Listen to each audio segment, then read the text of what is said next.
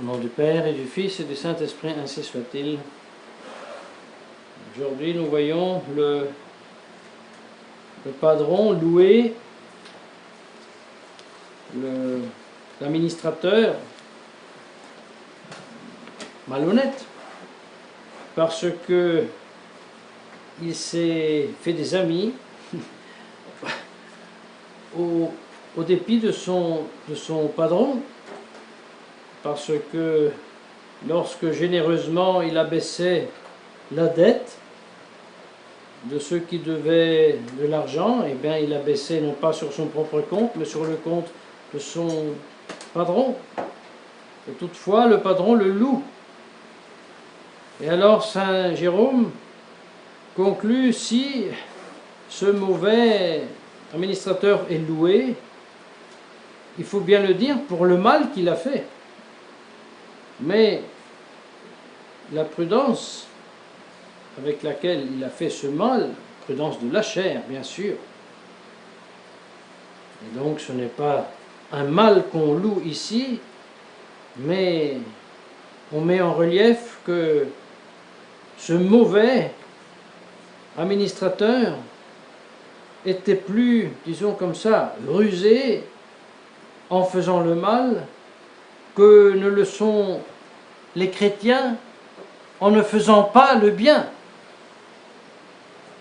Et au lieu d'opérer les œuvres de miséricorde corporelle, au lieu de faire la charité, de faire l'aumône,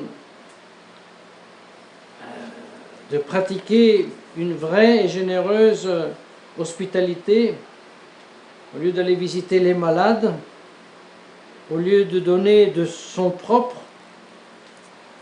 eh bien les chrétiens vivent superficiellement, n'ont pas un vrai concept de Dieu, et s'ils enseignent les doctrines de Jésus-Christ, sans cette charité corporelle, ils font pire que ne l'a fait le mauvais et malhonnête administrateur. C'est une grande réalité qui nous est mise ici sous les yeux, afin que nous allions en sévère question avec notre propre conscience. Et nous devons poser la question, qui suis-je devant Dieu? Suis-je vraiment un fils adoptif de Dieu? Suis-je vraiment celui dont saint Paul aujourd'hui dans l'Épître dit « Tu n'as pas reçu l'esprit d'esclavage, tu ne dois pas retomber dans l'Ancien Testament, dans une crainte de Dieu qui n'est pas animée de la charité. Non, tu dois vivre de cette charité qui t'a été donnée au baptême et qui a été méritée pour toi par notre Seigneur Jésus-Christ, duquel tu es frère, bien que par adoption, et donc fils de Dieu par adoption, mais toutefois frère de notre Seigneur Jésus-Christ. Et pour cela, tu as le droit, tu as le devoir de crier vers le Père, Abbas, mon Père, avec confiance, c'est-à-dire avec charité. Eh bien, suis-je un fils d'adoption? Ou suis-je un fils de colère? Et si ça va bien, de crainte? En un mot, qui suis-je? Suis-je un vrai fils adoptif ou suis-je pire que l'administrateur malhonnête? Oui, parce que quelqu'un qui a reçu les dons de Dieu, qui a reçu le baptême, qui a reçu le sacrement de la confirmation, et qui ne vit pas de cette grâce, de ces grâces, de ces dons du Saint-Esprit, eh bien devant Dieu, il est pire que l'administrateur malhonnête. Ou alors, s'il n'est pas pire, au moins il est moins sagace, il est moins prudent, il est moins rusé, parce qu'il est bien dit, les fils de ce siècle sont plus prudents que non les fils de la lumière. Les fils de la lumière qui ne mettent pas en œuvre, qui ne mettent pas à fructifier les talents, les dons reçus de Dieu. Vous voyez, ne pas mettre à fruit les dons reçus de Dieu pourrait nous amener à la condamnation qu'a reçu celui dont on parle dans la parabole des talents. Celui qui disait « Je sais que tu es un maître sévère et que tu demandes ce que tu n'as pas donné, et donc dont ton talent, je l'ai bien caché, le voici. » Non, répond le maître, je te juge de ta propre bouche. Ôtez-lui le talent et donnez-le aux autres. Serviteur ingrat et inutile, au moins tu aurais pu prendre le talent et le porter à la banque. Et là, il aurait fructifié. Et tu aurais pu, avec le mammon, c'est-à-dire même avec le mauvais fruit, que Rothschild à ta place aurait spéculé avec ce talent, mais au moins avec cela tu aurais pu faire du bien. Parce que c'est moi qui vous enseigne dans l'évangile, faites-vous des amis avec le mammon, c'est-à-dire avec la richesse qui a son origine d'une source dishonnête, malhonnête. Même pas cela tu as fait. Non pas que je t'invite à faire le mal afin que vienne le bien, non pas que je t'ai invité à pratiquer l'usure pour faire du bien, mais au moins tu aurais pu porter à la banque ton talent, et là, il aurait fructifié. Et non plus sous ta responsabilité. Comme ce n'est pas ma responsabilité, si aujourd'hui je donne 1 euro aux mendiquants, c'est pas ma responsabilité que cet héros, par essence, est volé. Sans entrer maintenant dans le système monétaire actuel, qui est un système intrinsèquement pervers, basé sur le vol. Mais voyez, quand notre Seigneur nous dit « Faites-vous des amis avec le mammon d'iniquité », il dit que ce soit l'euro que tu reçois de la inique Banque Centrale Européenne, ou que ce soit l'argent que auparavant tu-même tu as volé et que tu ne peux pas restituer à celui que tu l'as volé. Au moins prends-la et fais maintenant du bien avec ce mammon. Oui, commence à donner l'aumône, commence à donner à manger à ceux qui ont soif, à boire à ceux qui ont soif, à manger à ceux qui ont faim, à boire à ceux qui ont soif, couvrir les nus, pratiquer l'hospitalité, ainsi de suite. Alors tu commences à vivre en chrétien. Autrement, encore une fois, tu es pire que le serviteur malhonnête. Mais tout cela, bien chers frères, nous porte à la question pour chacun de nous. Et alors moi, qui suis-je? Suis-je un serviteur inutile? Suis-je pire que le serviteur malhonnête qui vole son patron pour s'assurer un futur puisqu'il ne peut plus administrer les biens de son patron? Et comment puis-je savoir dans quel état je suis? Et là, vous voyez, nos maîtres de la vie spirituelle nous disent c'est très simple, chère âme.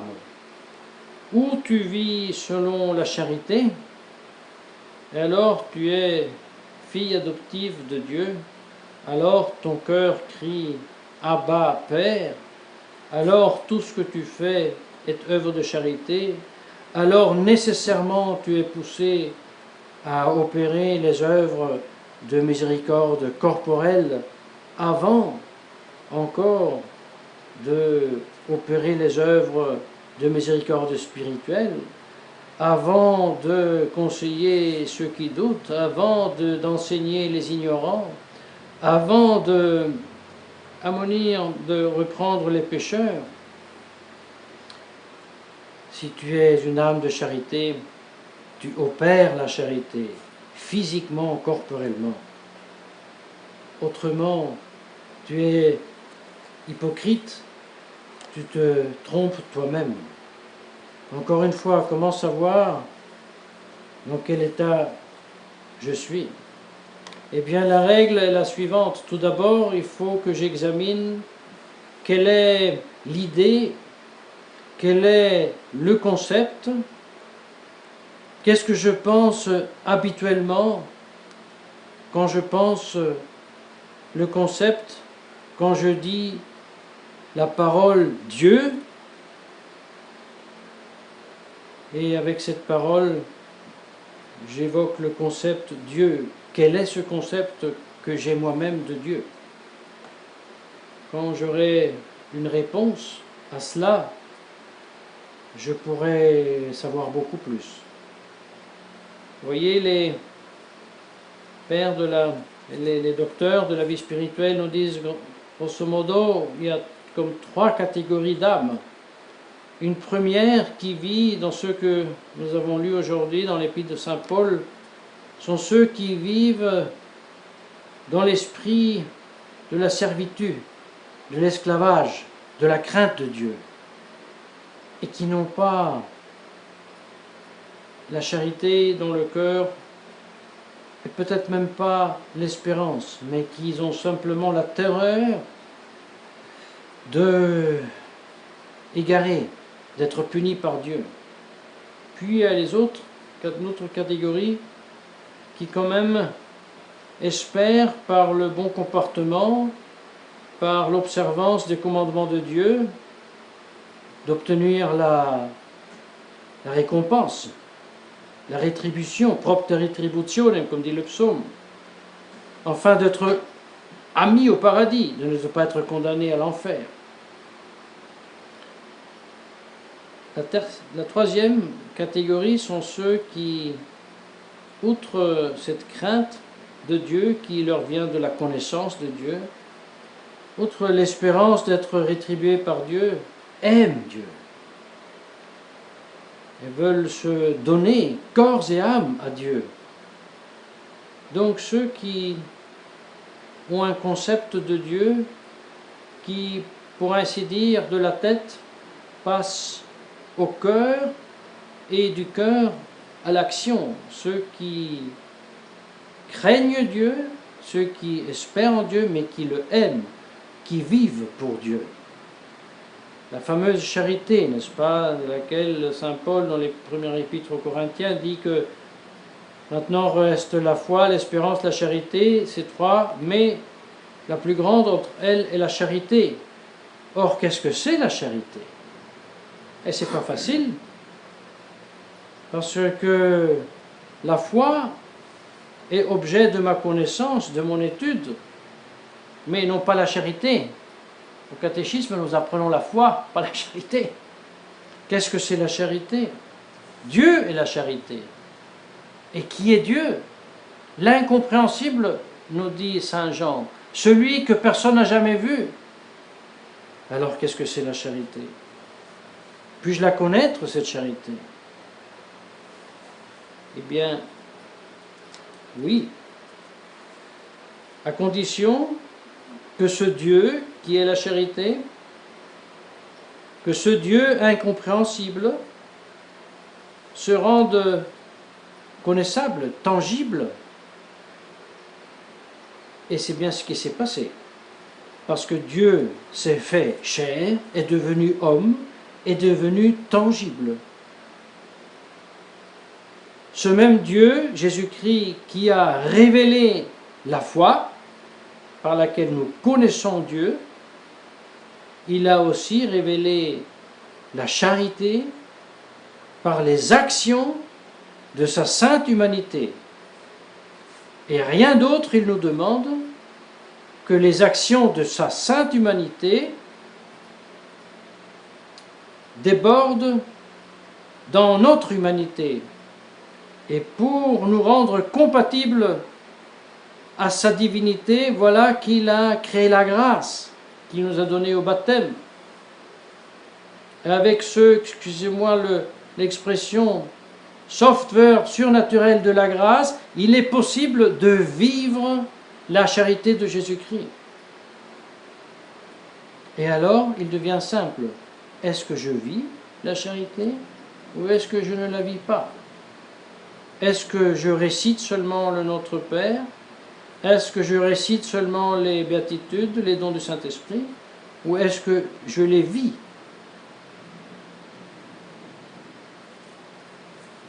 Est-ce que j'opère les œuvres de miséricorde corporelle? Ou est-ce que je ne les opère pas? Est-ce que j'opère seulement les œuvres de miséricorde spirituelle sans les corporelles? Certainement, alors, je ne pratique pas la charité. Car Saint Jérôme nous dit, si vous ne dispensez pas vos biens corporels, charnels, si vous les dispensez bien, comment voulez-vous que Dieu vous donne ses biens vrais et éternels, c'est-à-dire sa doctrine? Nullement. Et alors, votre prédication, votre conseiller ceux qui doutent, votre enseignement aux ignorants, votre admonition aux pécheurs, votre consolation aux affligés, sera tout un théâtre, ça sera tout hypocrite. Ça sera pour gagner pour vous, mais ça ne sera pas pour gagner les âmes à Dieu. Donc, commencez par faire l'aumône, commencez par vous priver de vos propres biens pour ceux qui en ont nécessairement besoin, et alors vous commencerez par la charité corporelle à vivre la charité spirituelle, et alors c'est votre conscience elle-même, comme le dit Saint Paul, qui donnera témoignage que vous êtes fils de Dieu. Avant, non. Donc, car à vous, en réassumant, si vous avez un concept faux de Dieu, parce que si vous avez un concept faux de Dieu, vous ne le connaissez pas. Si vous ne le connaissez pas, vous n'êtes pas capable de le craindre. Et si vous ne le craignez pas, vous risquiez de vous tromper vous-même par une charité qui n'est pas la charité de Dieu, mais qui est une charité de soi-même, qui finit par se auto-diviniser, comme le fait bien Satan, qui par premier s'est divinisé lui-même, qui voulait prendre la place de Dieu.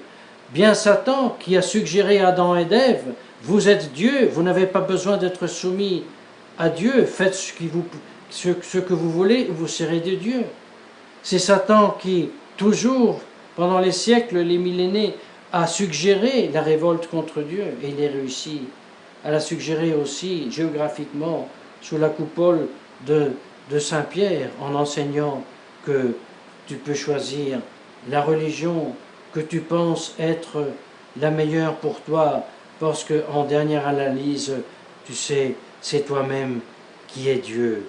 Parce que comme blasphème Jean-Paul II, il dit Dieu, l'homme a annoncé l'homme à l'homme. Jésus-Christ a annoncé l'homme à l'homme. Comme si l'homme était Dieu. au lieu que le Dieu homme, au contraire, a annoncé à l'homme Dieu, non pas à l'homme l'homme, comme dans Divine Redemptoris, il répète à chaque paragraphe. Non, gare à nous si nous avons un concept faux de Dieu. Gare à nous si nous pensons, comme trop de traditionalistes font aujourd'hui, de pouvoir mettre entre parenthèses le faux concept de Dieu qu'ont les modernistes en attendant qu'ils nous reconnaissent pour après réformer les faux concepts de Dieu dans le Concile. Illusion puérile, comme disait Monseigneur Lefebvre. Tout d'abord, je dois avoir le concept vrai de Dieu. Parce que si je n'ai pas le concept vrai de Dieu, je ne peux pas me nommer catholique. Et encore moins, je peux avoir une fonction de gouvernement dans l'Église catholique. Première chose, avoir donc un concept vrai de Dieu. Pour savoir en qui nous croyons et savoir qui nous aimons. Pour ensuite éviter l'écueil de m'arrêter à la crainte, une crainte qui pourrait me porter à me condamner moi-même, en entendant ensuite les paroles de notre Seigneur Jésus-Christ, je te condamne par ta propre bouche. Une crainte qui ne porte pas la charité, qui pourrait me faire entendre au dernier jugement, va-t'en de moi. Oui, toi qui as prêché en mon nom, oui, toi qui as même expulsé les démons en mon nom, mais tu ne m'as pas aimé. Tu ne m'as pas donné à manger quand j'avais faim, tu ne m'as pas donné à boire quand j'avais soif, tu n'es pas venu à me visiter. Gare à nous. C'est donc, après avoir évité l'écueil d'un faux concept de Dieu, nous n'évitons pas l'écueil de nous abstenir de pratiquer les œuvres de charité corporelle.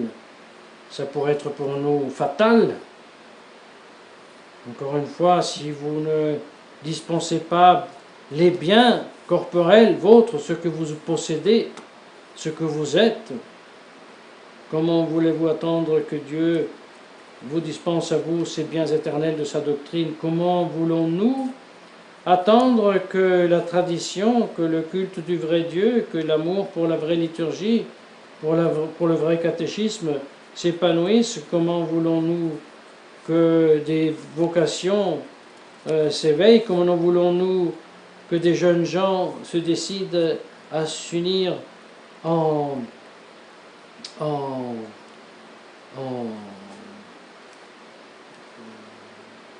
mariage, si nous ne pratiquons pas cette vie de grâce, des dons du Saint-Esprit et de authentique charité à travers les œuvres de miséricorde corporelle avant de pratiquer celle de miséricorde spirituelle. C'est bien la grâce, bien chers fidèles, que nous demandons à la très sainte Vierge Marie, au nom du Père et du Fils et du Saint-Esprit, ainsi soit-il.